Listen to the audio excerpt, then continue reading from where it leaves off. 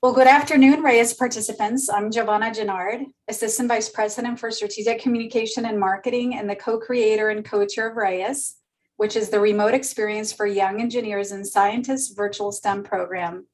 On behalf of Old Dominion University's REYES team, I would like to welcome you to our trivia night for our summer series. The REYES team continues to engage virtually with all of you, and we really enjoy doing so as you learn about artificial intelligence, Python coding, engineering, cybersecurity, 3D bioprinting, aerospace, psychology, and even some orchid origami at the Berry Art Museum. And tonight, you get to test the knowledge you have gained through our summer program with some trivia fun, along with some of your fellow REYES participants who are joining us live from all over the globe. So for this event, I'm also joined by fellow REYES co-creator and co-chair, physics professor at ODU, staff scientist at Jefferson Lab, and all-around amazing Raul Briceño. And of course, our trivia night and video competition host, who is Andrew Dotson. Andrew Dotson is an Old Dominion University physics alumnus. Currently, he's pursuing a doctoral degree at New Mexico State University, where he's studying theoretical nuclear physics.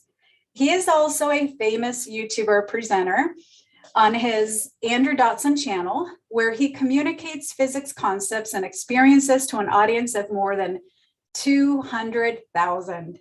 His goal is to be a researcher in theoretical nuclear physics, and in case you're wondering, specifically in perturbative quantum chromodynamics, or PQCD.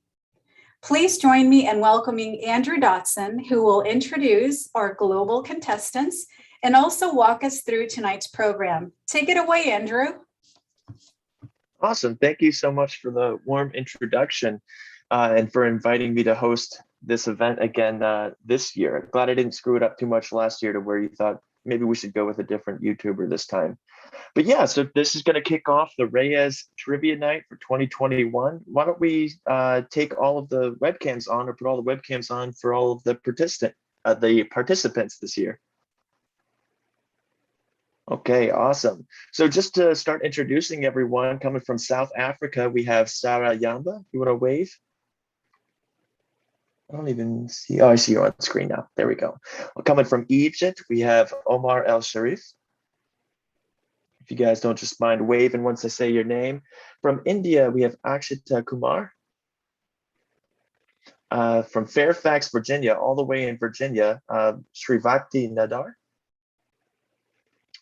We also have from Mexico, Emiliano Reina. And lastly, coming from India as well, Aditya Chung. Very cool. Very nice to meet you all. Some of you I remember meeting in the REYES mentorship program for nuclear physics, so it's nice to see some familiar faces. Are you all excited about tonight? And feel free to speak up, by the way. This doesn't have to be a silent event. So I'm going to go ahead and share my screen and start walking you all through the ground rules for the game. Y'all ready? Mm-hmm. Okay, cool. Great. So let me go ahead and share screen.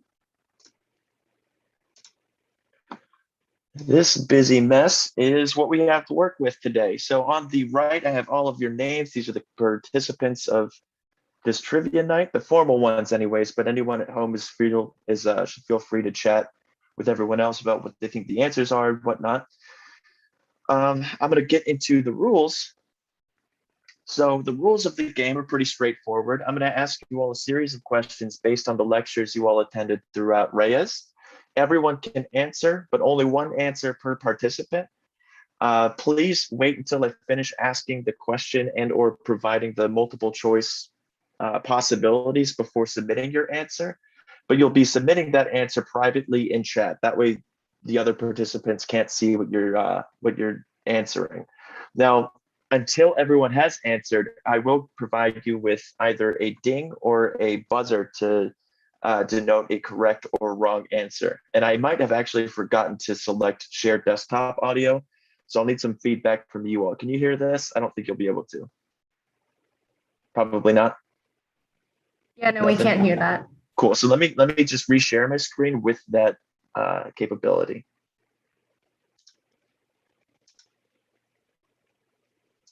Okay.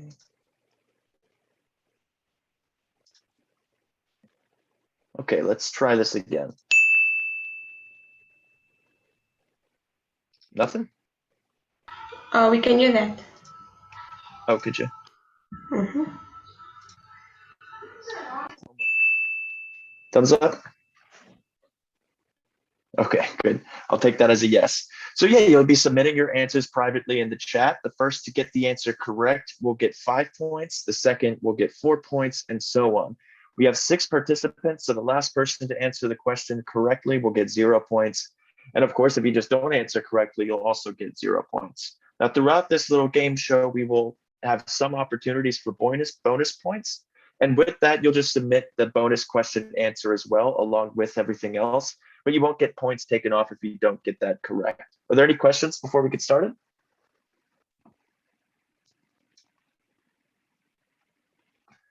Okay, then let's go ahead and jump right into it. So, also one last piece of information is just for the sake of having a time limit, we'll put 30 seconds on the clock after each after each question has been asked. It's also a visual cue for you to know when you can start typing in answers. So let's go ahead and get started then. The first question, we're starting off with Python for STEM. The first question is name one useful library in Python and +1 bonus point if you can say a use of that library. So clock starts now.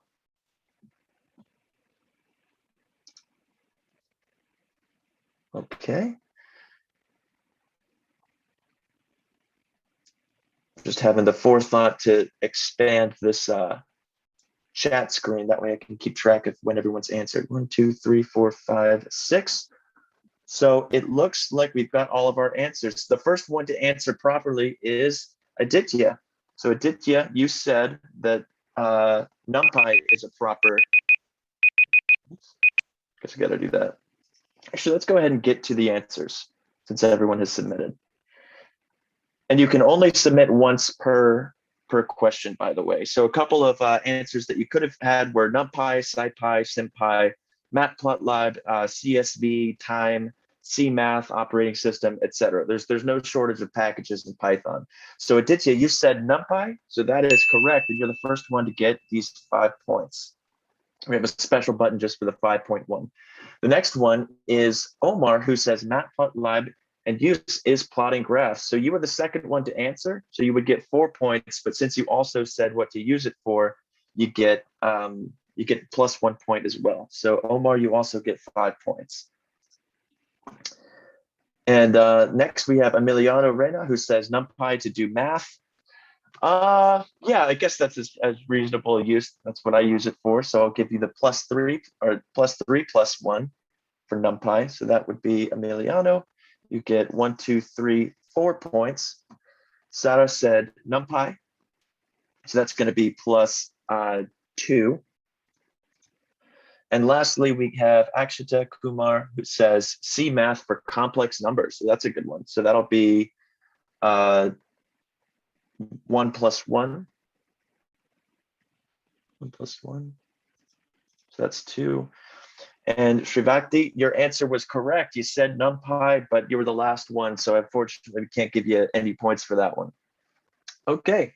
Now, does that give everyone a feel for how the game is kind of structured? I know that it's kind of learned by example, but any questions about this so far?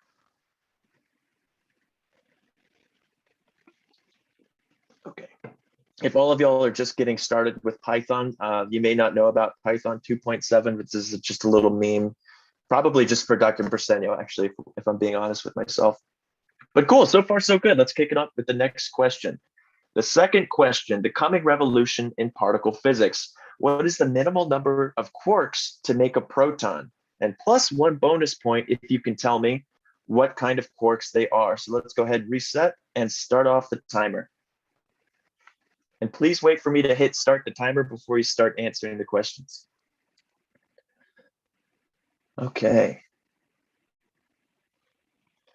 And just so it's easier for me to count, just if you're answering the bonus question, that should be in the same message as the regular answer, just so I can count to 6 a little bit easier. Okay, so it looks like we are done. So the first answer from, that's good timing as well. So the first answer, let's actually get to the answer. The answer is 3 quarks, and the quarks that make them up are 2 up quarks and 1 down quark. So this is an early image of the universe when it was in its infancy. It was just a bunch of quarks and stuff. So I thought, why can't this be educational as well? So Emiliano, you said 3. That's correct. There are 3 quarks, and you're the first one to get it right. So that's +5. The next one, Akshita, also says 3. So that's going to be +4. 1, 2, 3, 4. We also have a correct answer from Srivakti, who says 3. So that's going to be +2. 1, 2, or sorry, it's going to be +3, huh? Aditya is the first person to get the correct answer and properly say what quarks make it up in the first place. So though you would get 2 points, you get an extra +1 for getting the bonus point right. So let's give you your 3 points, 1, 2, 3. Omar also got both the correct answer as well as the type of quarks. So you get +2. And by the way, if it just so happens that I end up counting wrong out loud, please correct me, okay? And then lastly, we have Sarah Yamba, who says 3, but you said blue, green, and red. Those are types of colors of quarks, but I was mostly looking for the flavor of quark, not the colors. So that is correct answer though. So I will give you, let's see, make sure everyone, 1, 2, 3, 4, 5. So you came in, you were number 6 to get it right. So you actually don't get a point this time. It's kind of hard to answer. I thought 30 seconds was going to be way too much time, but you know, that clock is really ticking. So let's go ahead and get on to the third question of the event. On Wolfgang Pauli, what number was Wolfgang Pauli preoccupied with? Is it A, 137, B, or sorry, is it A, pi, B, 137, or C, 13? And the clock starts now. Y'all got this one too fast. Okay, so the first answer, let's see, did everyone answer? 1, 2, 3, 4, 5, 6 answers. That's everybody. The first correct answer, so the answer is 137. I thought that this was kind of a tricky question because everyone thinks pi is a special number and 13 is lucky, but I guess if you guessed 13, that wouldn't be very lucky for you. So the first correct answer was by Sarah. So there you go, Sarah catching up. So you get the +5. The next correct answer comes from Emiliano. So you get +4. The third is from Akshita. 1, 2, 3.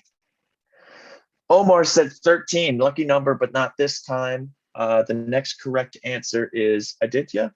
So that would be 2, 3, 4. So that would be +2 then. Right? Where are you at? And then lastly, Srivakti. Now, since someone got the answer wrong, though you answered correctly for this last one, for the 6th entry, you still get a point because you're still the 5th person to get it correct. There we go. If the rules seem a little convoluted, it's just because they are. This is a fun quote from Pauli in an experiment where there was mass missing from the process. Something seemed to have gotten away when they were doing all of the bookkeeping of doing a scattering experiment and counting what came out. It didn't add up. And Pauli came around and postulated maybe there's a new particle out there that just can't be seen. And so there's this famous quote from him saying, "I've done a terrible thing. I've postulated a particle that cannot be detected." And that was him talking about this neutrino, this little neutral particle. All right, moving on. So on to question number 4. Okay, let me just check everything, that everything's looking okay on the Zoom end of things. Cool. Number 4. This one is on the 2017 total solar eclipse. 4 friends traveled 1,200 miles west to measure what? A, gravity waves, B, gravitational lensing, or C, time dilation. Clock starts now. Okay. Okay. Sorry, it's getting confusing in the chat if I'm seeing B's and stuff from the previous question that are also bleeding into this question. So I just want to make sure it looks like everybody's answered. So it looks like the first correct answer, and the correct answer is gravitational lensing. Gravitational lensing. So if you have a light source behind a massive object, the gravity will warp the light around the massive object and kind of smear it out. So that's what you're seeing here is the smearing of the light of a galaxy because of a massive object being in the way. Okay, so the first correct answer was from Omar. So Omar, you get the +5 this time, followed by Emiliano with +4. 2, 3, 4. Then we've got Sarah, you said time dilation, and though that is an important feature of how gravity affects literally everything, that is not what they set out to find.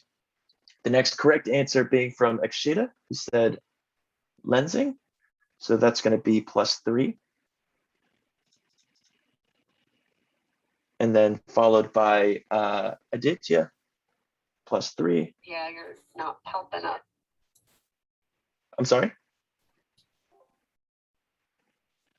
Oh, that's all. No, I just wanted to see if some of the contestants can turn their microphone on. I'm not seeing them on the live YouTube channel, and I would like to do that. Otherwise, maybe we can have you perhaps stop sharing your screen and then maybe share it every once in a while so that we can see the contestants. Oh, sure. Let's see. Do you want me to stop sharing now then?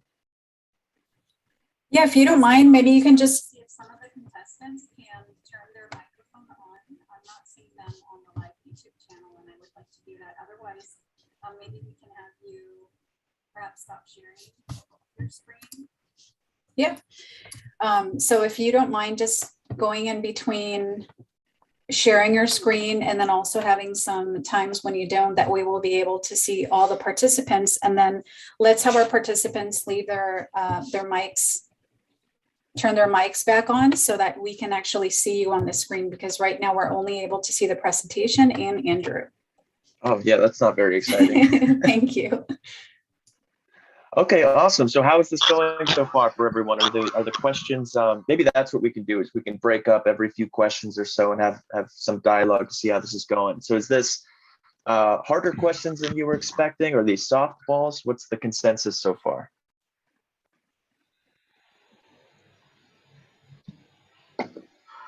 What do you think? What do you think, Omar? They're fine. They're fine? Kind of what I expected, yeah. Yeah, so far they seem pretty reasonable. Now, did the presenters who were doing the talks for these ones kind of wink and nod that these were going to be the questions that would be asked, or are some of these still surprising? They're surprising. Yeah? Yeah. Anyone else? I think the first two questions were part of like a guide that we got, and then the last one I don't think it was on there. Okay, so you guys knew what the important questions kind of were. You knew what to expect. Okay, so it was more so like studying or something for this. Oh, that's so now this is more of like a test than a trivia night, I guess. Maybe that's what the professors should start calling exams. It's just trivia days. Okay, cool. So why don't we get back? Oh, go ahead. Yeah, but the questions are still interesting. Still interesting? Good. So out of the questions or out of the lectures that you all attended, what are you hoping found its way into the trivia night? What kind of questions are you hoping get asked? Or from what topics? Physics. I'm sorry? Physics questions. That's how I know. Can we narrow that down a little bit? That's pretty all-encompassing. Were there specific lectures throughout REYES that, I don't know, it seemed to stick in your memory a little bit more? The cicadas one, I guess, that was interesting. The which one? The entomology. Oh, okay. All right, well, maybe we have one of those for you guys. I'm not too sure yet.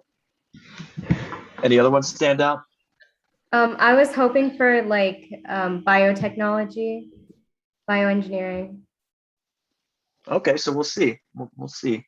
So let's go ahead. I'll go back to sharing my screen.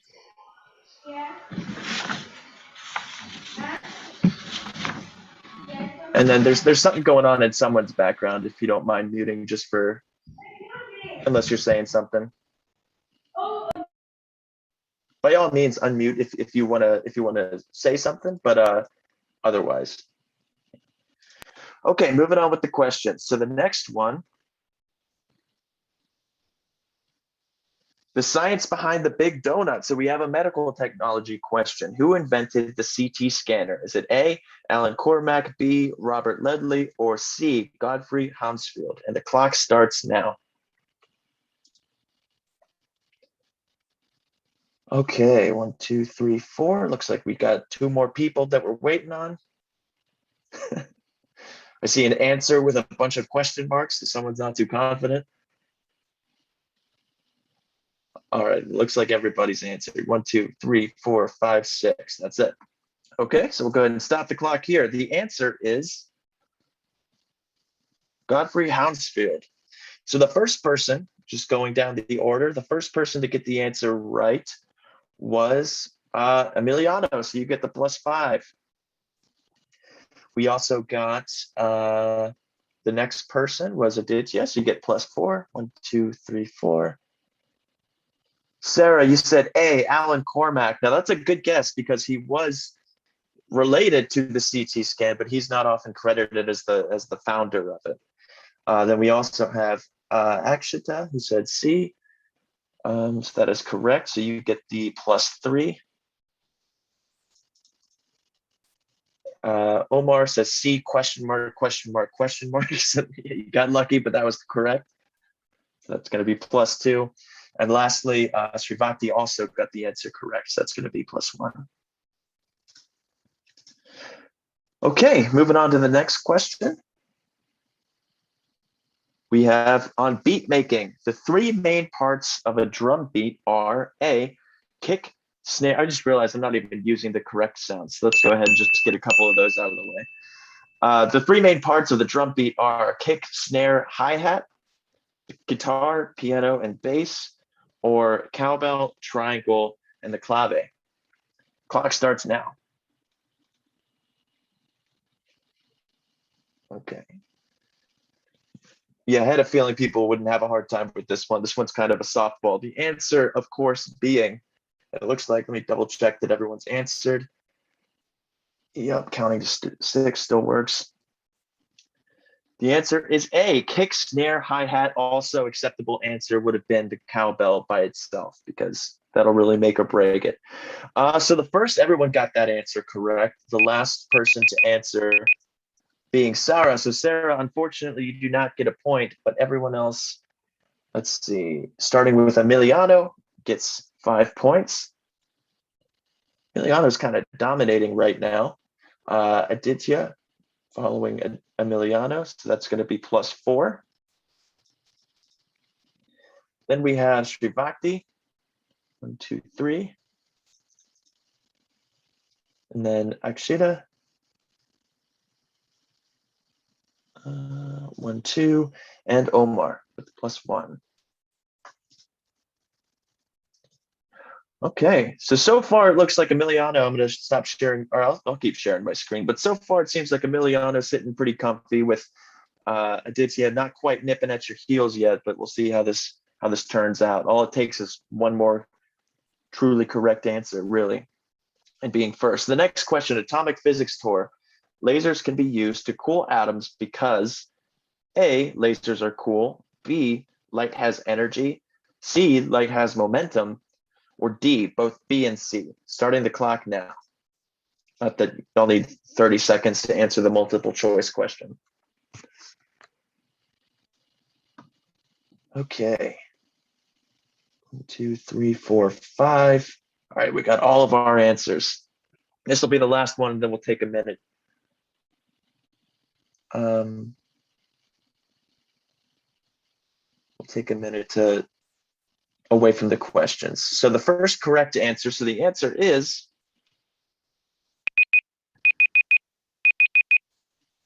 The answer is D, both B and C.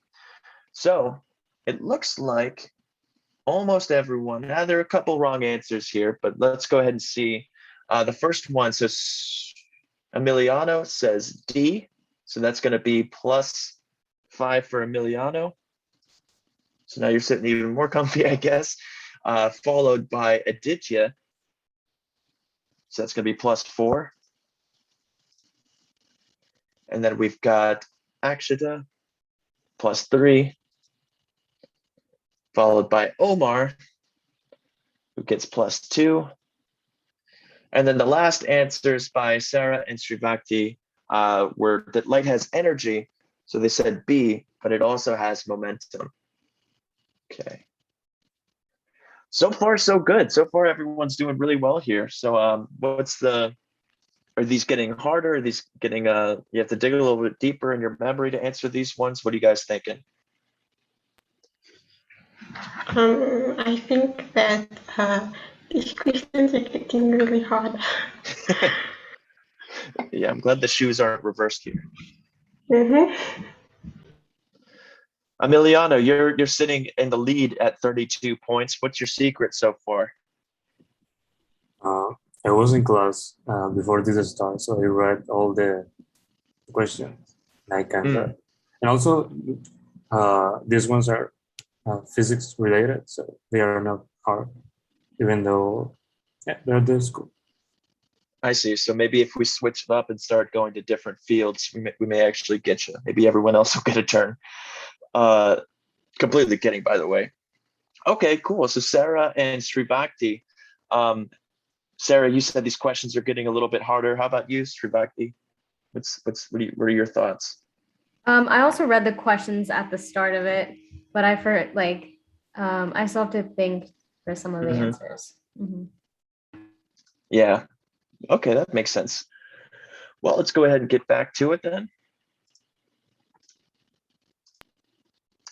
So the next question, resilience through adversity. What is the organization started by C. Scott and O. Aguilar to further advance STEM careers? Clock starts now.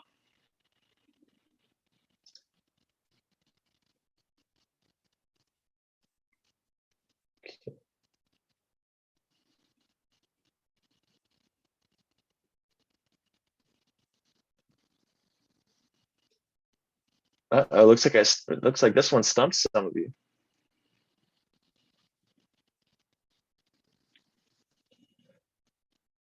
Oh, wow, this is a turn of events. You saw it here first, folks. No submissions. The answer is, do I know? The National Engineering League.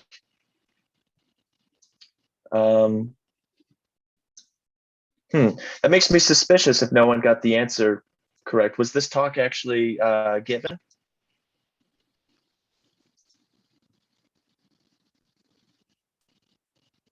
Whether that be, did any of you attend this lecture or? No, I don't remember learning about this. Okay, maybe this was one that was supposed to be given and then ended up not being the case. So I guess no harm done there.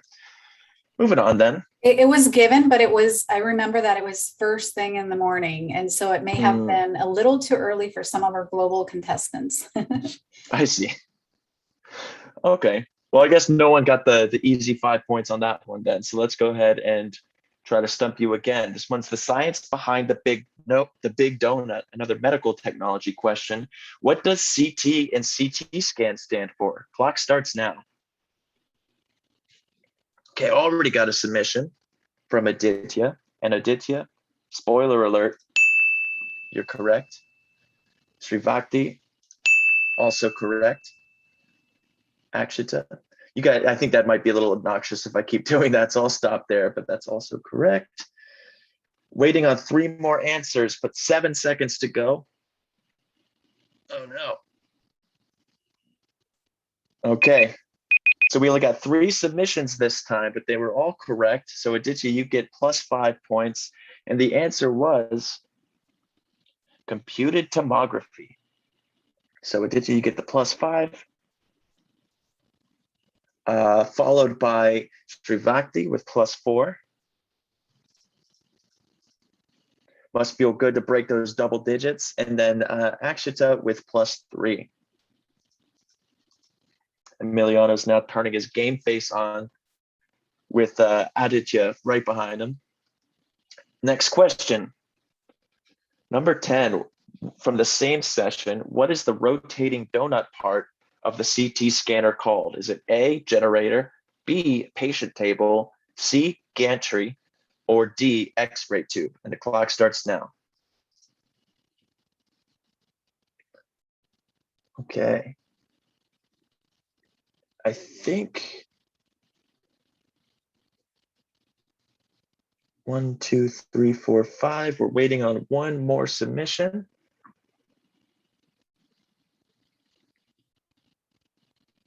Two, 3, 4, 5, 6. Okay, everyone's accounted for just in time. The answer is, I should have got a drum roll sound effect next time. The gantry. So if we look at this little diagram of the CT scan, the gantry is this part here. At the top, we have the X-ray tube, and the patient table is pretty self-explanatory. So who got the points? We've got the first correct answer being from Akshita. So that's going to be the +5, followed by Omar with this correct answer. So that's +4, followed by Aditya, +3. Sarah said it is called the generator. That's a good guess. That's probably what I would have guessed. I had no idea going into this, but that is incorrect. And Srivakti said it is the X-ray tube. Close. It's in, like they're in the same vessel practically, but it's not technically the correct answer. Okay. Awesome. Now, who was it that said that they were looking forward to the medical technology questions? I answered the question. I didn't Oh, I get just, one.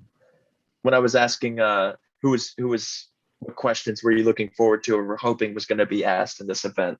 I thought someone said like biological Oh, no, technology but stuff. I yeah, answered that was this question. And Oh, I you didn't asked a get- question? No, I answered the question. Did I not count you? Let's see here. 1, 2, 3, 4. Okay, you were the fourth one to answer correct. So that's going to be +2 points. Thank you. Sorry about that. Okay, awesome. So I think we are about at the halfway point. So maybe it'd be good to have a little bit of a discussion. And so throughout all of this, you guys have attended a huge amount of lectures, and they're not all physics, they're not all engineering. What branch of the lectures were the most enjoyable for everybody? Because I participated in the REYES program, most of the lectures that I attended were on particle physics. So yeah, those are the ones I enjoyed mostly.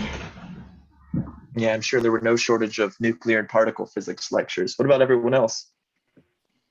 I really enjoyed the ones where it was using AI to build robots and they would mimic animals. So the engineering side. Okay. Aditya? Yeah, I really like the AI and detecting COVID-19 one, which was pretty relevant and interesting. Yeah. Okay. And what about you, Omar? Yeah, I like the one on game theory. It was new and fresh. Never heard of it before. It's an interesting topic, absolutely. Akshita? I really like the nuclear mentorship program. Those lectures, they were really interesting.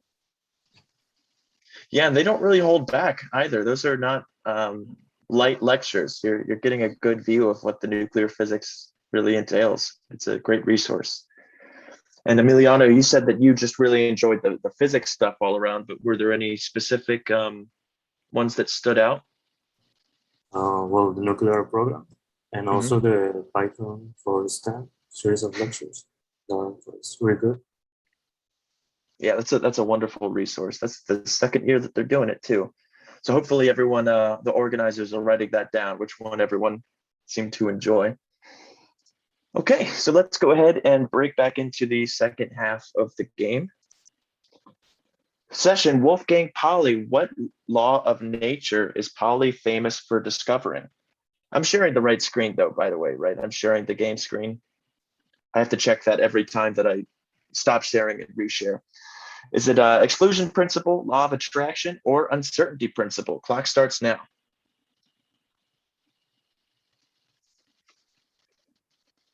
What law of nature is he famous for discovering? Looks like we have all of our submissions, and the answer is, well, it's definitely not the law of attraction.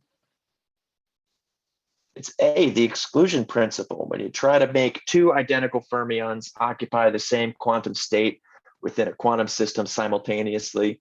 Actually, quantum mechanics forbids this. Okay, so the first, one day I'm going to remember to turn that off when everyone answered, but it's not this day. So the first correct answer by Omar. So it looks like there were almost all correct answers. A couple got biased, but the first correct answer was by Omar, who said it was the exclusion principle. So that's +5, followed by Emiliano, 1, 2, 3, 4, and then Aditya, +3, 1, 2, 3. Oh man, that's getting close. And then Akshita, +2. And then Sarah said law of attraction, and Srivakti said the uncertainty principle. So the uncertainty principle is definitely a very famous principle in quantum mechanics, still in the right ballpark, but law of attraction doesn't really fit the bill for the quantum stuff, or really anything. All right, let's go ahead and get to the next question. Yeah, the law of attraction is more of a Facebook status that people who want something to happen will post about. This session is from Atomic and Nuclear Physics, Laser Lab Tour, and Life in a Nuclear Physics Lab. Now, again, remember, do not submit answers until everything's finished reading. And this one's a long one. So we've got, what do nuclear particle physicists use photomultiplier tubes for? Is it A, to illuminate their experimental apparatus? B, to amplify the signal from light-producing detectors like scintillators? Or C, to reconstruct tracks in an ionization detector like the radial time projection chamber? Someone was just showing off when they asked this question. But let's see, you guys are free to submit your answers. So it looks like, let's go ahead and read what that correct answer is. It's B, to amplify the signal. So in a photomultiplier tube, this is like the whole thing.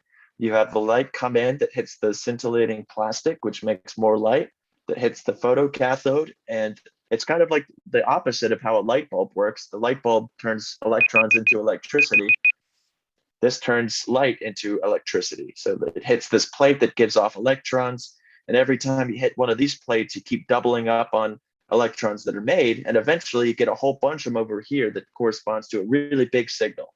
So it's B, to amplify the signal from the light producing scintillators make.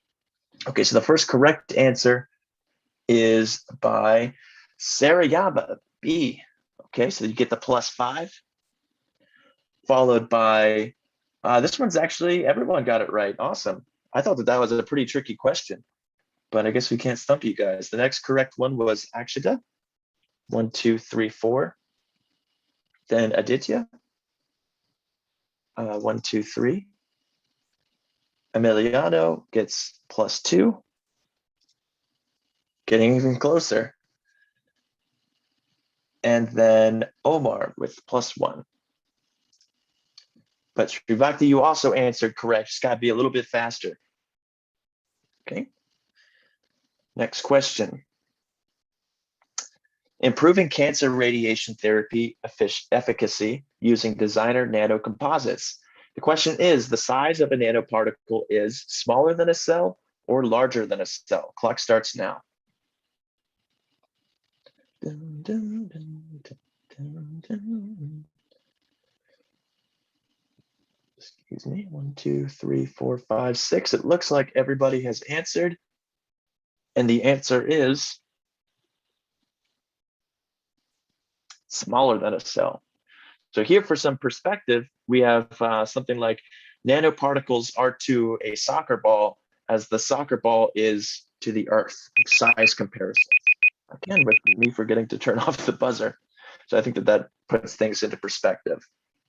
The first correct answer, well, actually, everyone, this is another instance of everyone being correct. Maybe nano in the name kind of gives it away, but the first correct answer was by Aditya. So you get +5, finally taking over the role of first place contender, immediately followed by Emiliano. So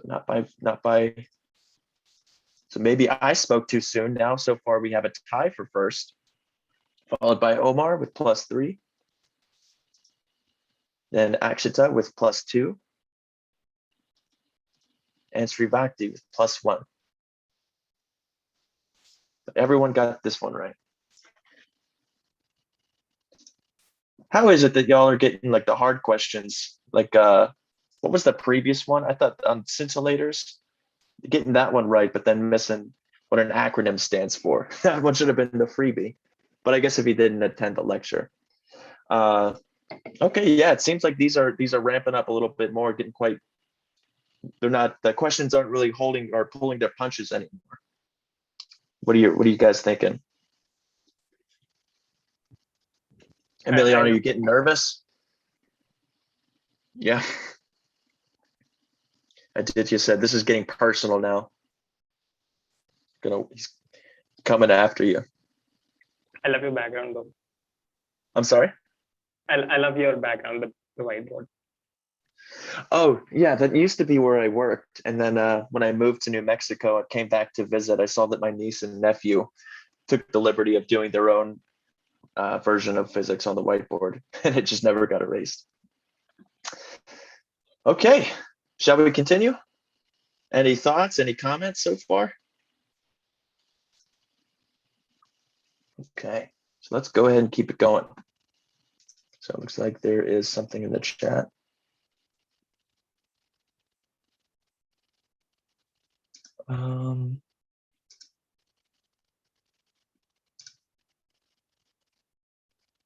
Just 1 second.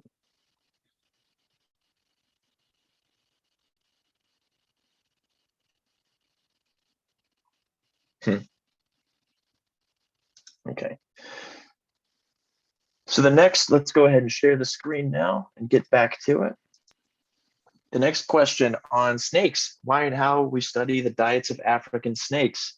So the question is, what diet did the ancestor of all elapid snakes most likely eat? Clock starts now.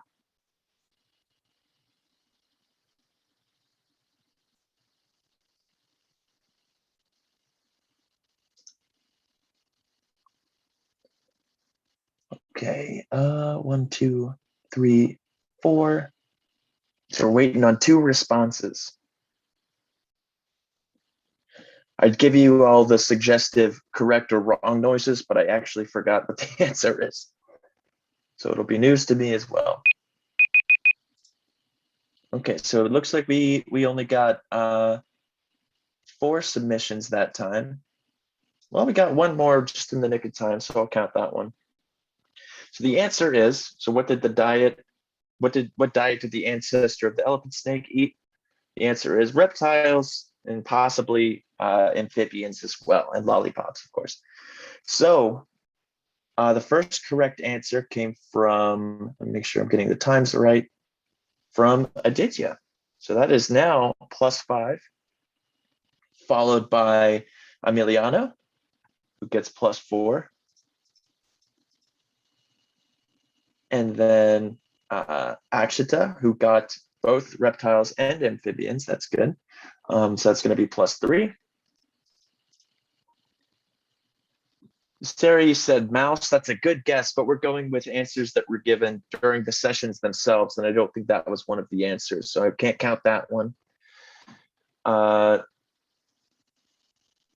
Srivakti says fish and birds. Now, amphibians I don't know. Judges, what do we think about that one? Does fish and birds count? I think that counts because fish. I think that counts. I think we'll let that one slide. So we'll give that one a +1. Srivakti, +1. You're the one and only judge here, Andrew. Yeah, I guess I was talking to myself. Yeah. Just gathering the courage to make a decision. Okay, so that one is that one. Let's go ahead and move on to the next question.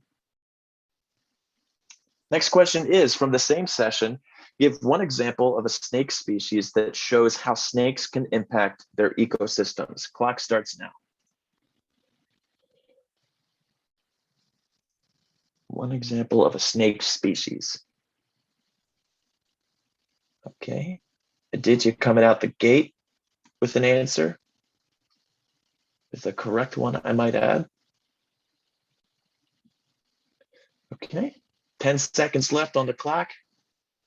This is getting much closer than it started out. It seemed like there was going to be, you could kind of point out who might have taken this, but this is getting a little too close for comfort.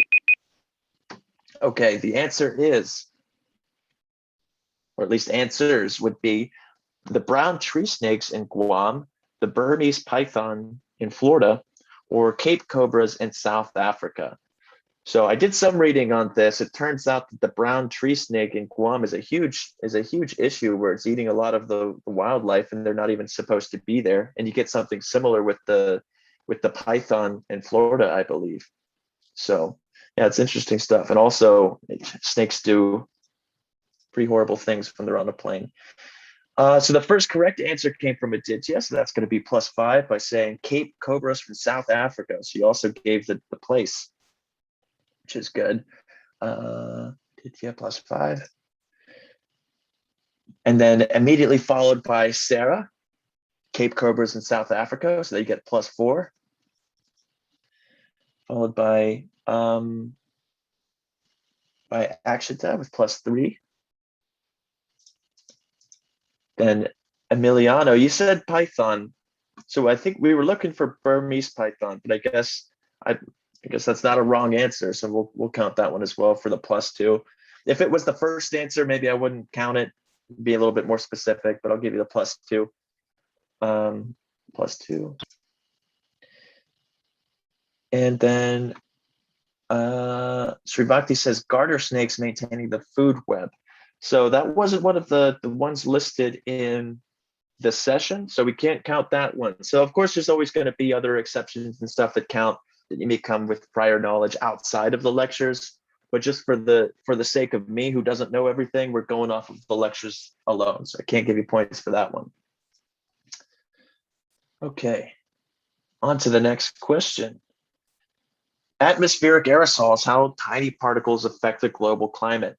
Do clouds heat or cool the earth? Is it A, heat, B, cool, C, heat and cool, or D, neither heat nor cool? Okay, wow, y'all knew this one, huh? Okay, so the first correct answer, and the answer is they both heat and cool. So you can get as complicated with that stuff as you'd like, but as a nice little illustration, looks like the high clouds trap the heat and the low clouds reflect more sunlight, kind of cooling it off. Now that's not taking into account pollution and things like that. But so the first correct answer was from Sarah. So Sarah is coming back with a vengeance with the +5, followed by Srivakti with the +4, and then Omar with the +3. Followed by Akshita with +2. And then Emiliano with +1.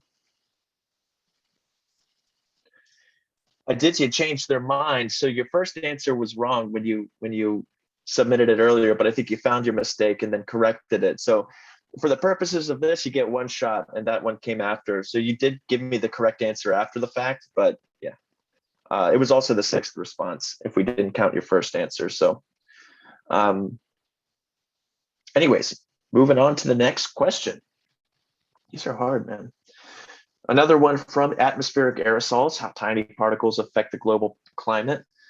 The brighter a cloud looks, the less pollution it contains. True or false? Clock starts now. Everyone's already done. Okay, you did not need 30 seconds for this one.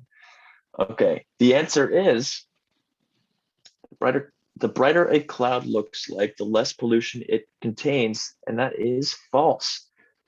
And due to less pollution, the files stored on the cloud are now starting to be a bit more visible, which is a good sign. So the first correct answer came from, let me get my times right.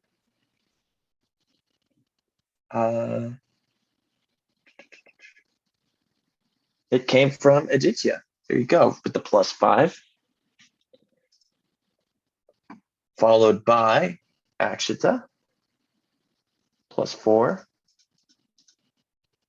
And then we've got Emiliano, +3. You must be getting tired. Then followed by Sarah with the +2. And then last but not least, who did I just gave it to Sarah. So it would be Srivakti, +1. So everyone got that one right. Okay, next question. What did Turing call the Turing test? The AI test, the androids versus humans, or the imitation game? Submit your answers.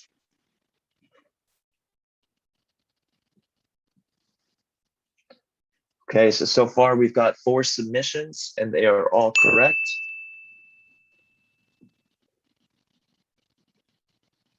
And I think 1, 2, 3, 4, 5, waiting on one more. Well, I guess by default, that last one won't count.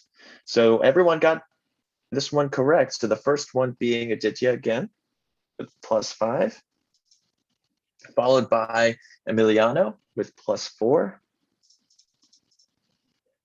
And then Akshita, +3. Omar with +2. And Sarah with +1.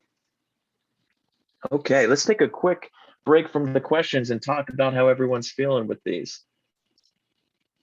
So how's this going so far? We're getting into about like the last 3 or 4 questions. So now's the time to start answering as fast as possible if you want to make up or start closing the gap. So how's everyone feeling?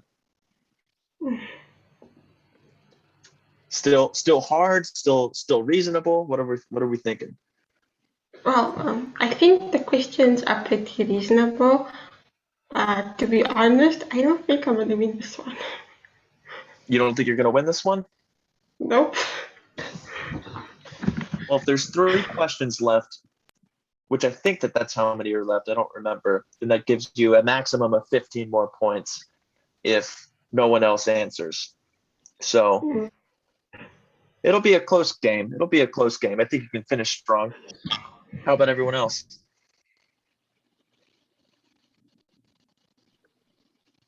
Yeah, I'm probably not going to win either. I have to answer questions faster. Has that been the hardest part for you all, where you know the answer, or you know the answer, it's just the bandwidth can't get the data rate, I guess, is too slow? Yeah, lag. I blame lag. Yeah, I'm just trying to wait for the question to be read before I answer it. Okay. So I guess we will finish up with these last few questions. Let's go ahead and get back into it. And by my luck, I've probably just been sharing my Gmail the whole time, the wrong screen, but okay. One of the last questions.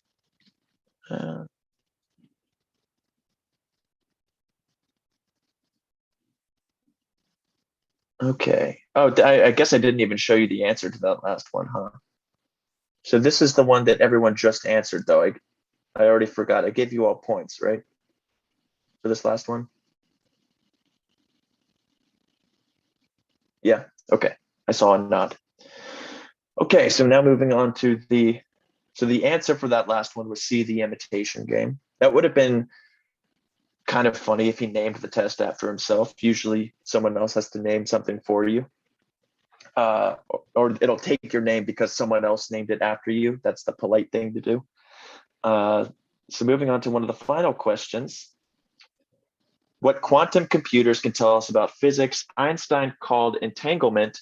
Is it haunted physics, spooky action at a distance, or God playing dice?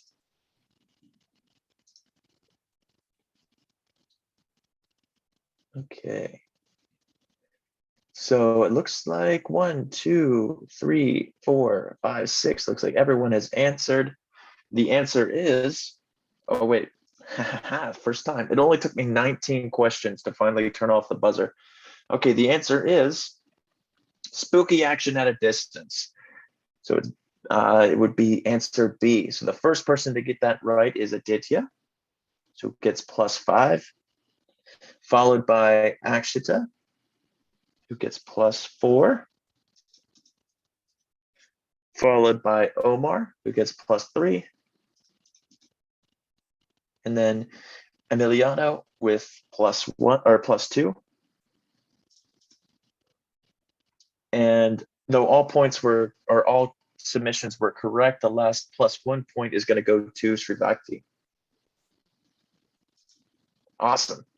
And here's a little quote, a little back and forth that Einstein had with another famous physicist and one of the founders of quantum mechanics, Niels Bohr, where Einstein concluded that God does not play dice with the universe, to which Niels Bohr responded, "Don't tell God what to do." It's pretty funny. +1 for quantum mechanics. Okay.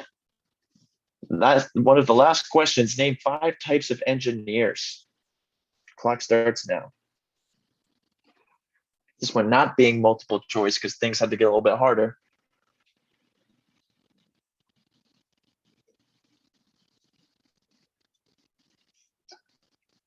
Already a submission from Akshita. 1, 2, 3, 4.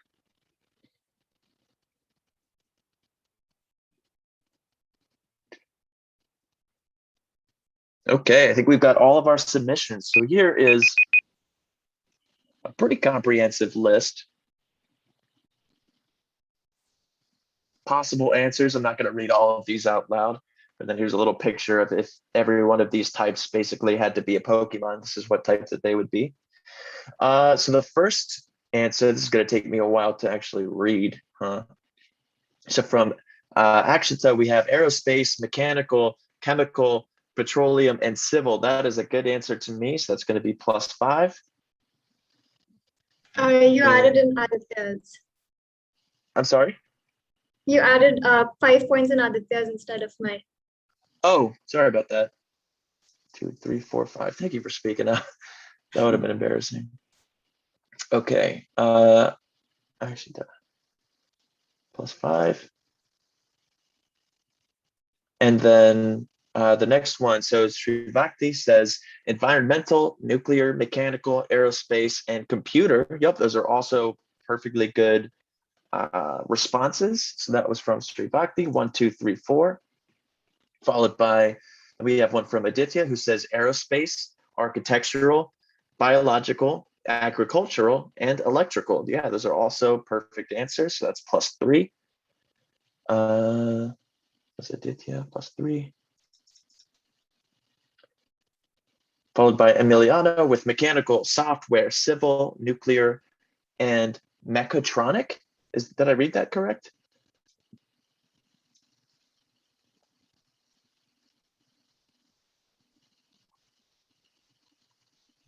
Yes. Mechatronic. Well, here in my city, there is a career that is called mechatronic engineer. Okay, I'll take your word for that one, just because it wasn't on the list. I mean, in principle, there should be an ETC right here, so I'll take that one as well. So that was which 1, 2, 3, 4. So that's the 4th correct answer. So that's going to give you a +2.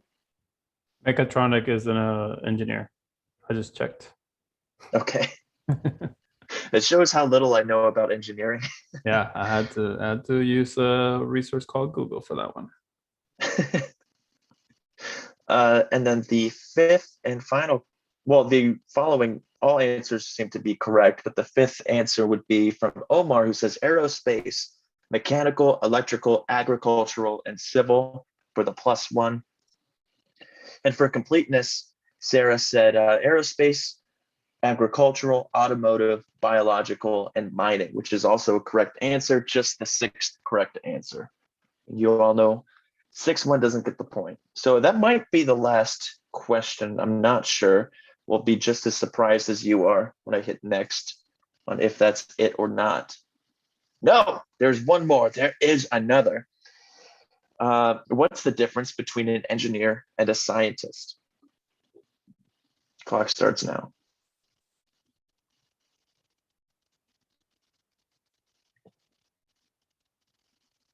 Okay, so we got a correct answer from Emiliano. There you go. I haven't gotten to use this, the wrong one yet, have I?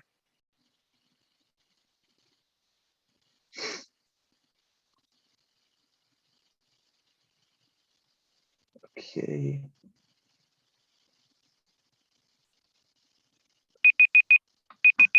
And the timing or the time stops there, so no more submissions. So the first correct answer comes from, well, let's look at what the correct answer is. I'm curious. Scientists, the product is untested or unapplied knowledge. And for an engineer, they use that knowledge to produce software and or hardware. A little bit loose on the term hardware, but I think we understand what that means. So let's read everybody's answers. The first one, let's go ahead. Let's read this one. So the first answer coming from Emiliano says scientists create knowledge and engineers use this knowledge to create things. That's going to be +5 for Emiliano. I know you guys can't see this right now. I just want to see everyone's faces. The second one from Action Test says engineers don't derive equations, but apply them. Scientists create new theories. Engineers do derive equations, but they may not be the people deriving it for the first time. So they do have to come up with equations themselves, but they, like if you forget an equation, but they may not be inventing the equation for the first time. Scientists create new theories, but you do say that they apply them, and I think that encompasses the main purpose of the question. So they're applying the science. Scientists are the ones creating the theories that are applied. So I'll give you the +4 for that one. From Akshita, 1, 2, 3, 4. The next one, Aditya. Scientists recognizes new things, untested knowledge. Engineers use this to hold useful products for society. Exactly. So again, applying what the scientists are discovering. So that's going to be +3. Right. For Aditya. 1, 2, 3. Next from Sarah, they consider various aspects of the situation or make a society better. That's absolutely true, but that doesn't help us distinguish from what the scientist does as opposed to what the engineer does. I can't take that answer. So how many correct ones have we had so far? 1, 2, 3. So the next one, Srivakti says, engineers use research from scientists to create new things. Scientists research on various topics. So again, there's the novelty of the science that hasn't been discovered yet, and then the engineers apply it. So I think you know what you're saying there. So that's going to be 1, 2, 3, 4. So that's going to be +2 for Srivakti. And last from Omar, engineers are mostly apply the concepts. Scientists focus more on the theories. So unraveling the new theories or testing them. Absolutely. So +1 for Omar. Okay, so I'll go ahead and share the screen. I think that is the last question. If it is, then I'll stop sharing the screen and we can all chat about it. But let's just double check that is everything, and y'all can see these scores now, these updated scores.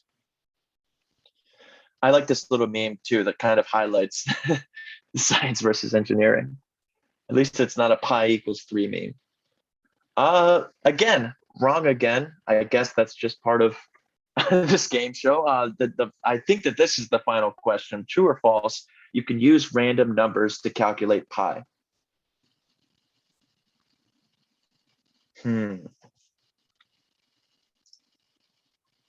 Okay, it looks like everybody's answered, which is good because I didn't start the clock. Okay, so everyone got this answer correct. The answer is true. So let's go ahead and say for one, let's make it two. Let's make it saucy. For 2 bonus points, I want everyone to also say, what is it called when you use random numbers to calculate pi? And I'll put a time limit for why not, but if anyone knows the name of what you use random numbers for to calculate pi, you can write that in the chat now. Okay.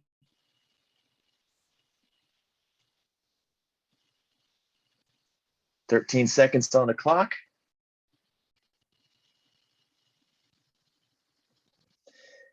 And it looks like we have as many answers as we're going to get.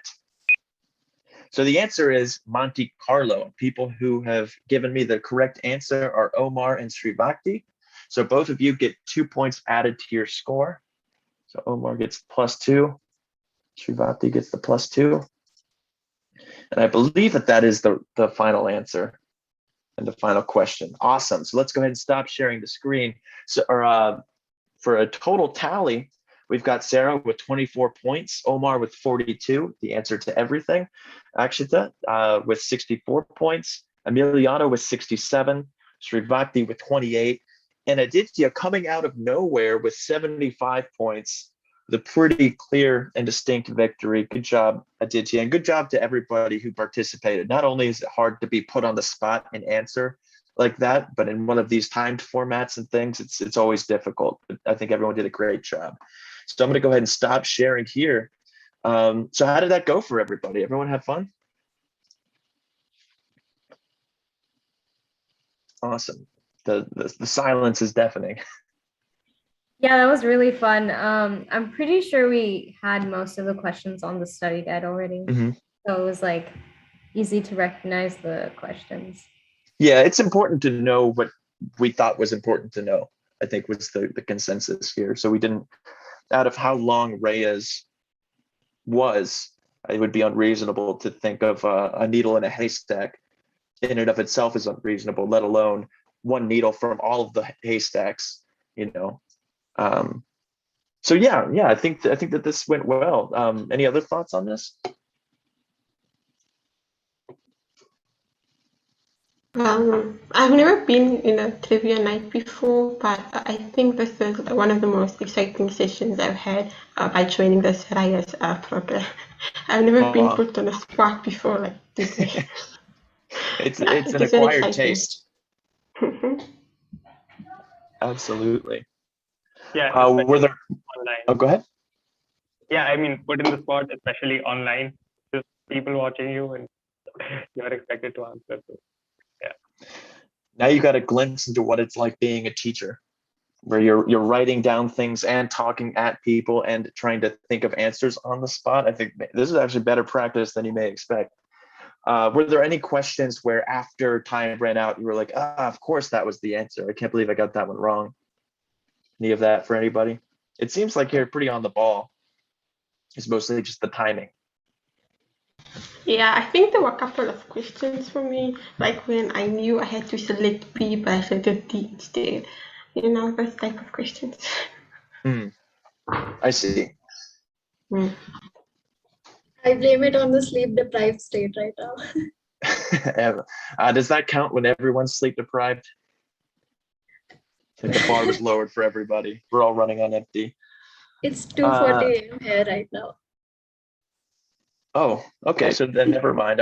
Yeah, absolutely. Time zones are a thing. So Aditya, with 75 points, what worked for you with this? Do you have recommendations for the next year of students doing this trivia night? Because seemed like you were on top of it. And Emiliano as well, and Akshita had a lot of points as well. I guess subscribe to REYES. Just practice typing faster.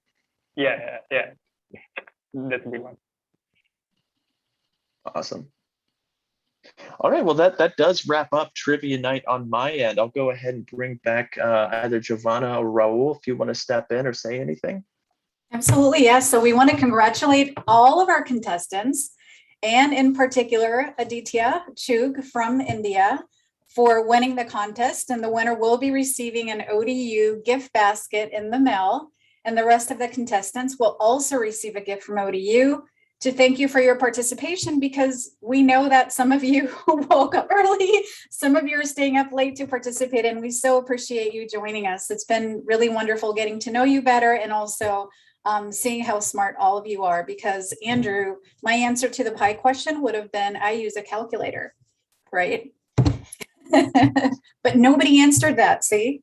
So thank God you're not phoning a friend and that phone is me. But we've really had a lot of fun tonight. I hope that you have fun as well.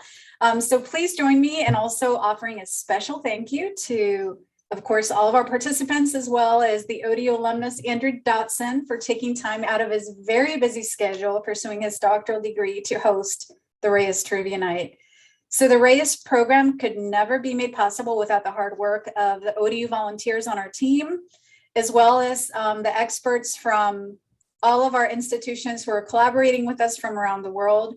And we also extend our deep gratitude to ODU Distance Learning and the Office of Community Engagement, who help us throughout the year to power our program so that we can broadcast live to, listen to this, our more than 11,000 participants that we've grown to from 135 countries around the globe. As you can see, well represented here tonight in this panel. So before we say goodbye, I'd like to ask my colleague Raul Briceño, who co-chairs the REYES program with me, to say some concluding remarks. Raul? Yep. First, congrats to all the players. You guys did excellent. I was so proud of you. Yeah, you guys got so many of the questions right. You did a great job, even being sleep deprived like poor Akshita and all of you from all over the world. Even with those handicaps, you did wonderful. I just wanted to let you know that our summer activities, of course, have ended because we're no longer in the summer, but we have some activities planned for throughout the year.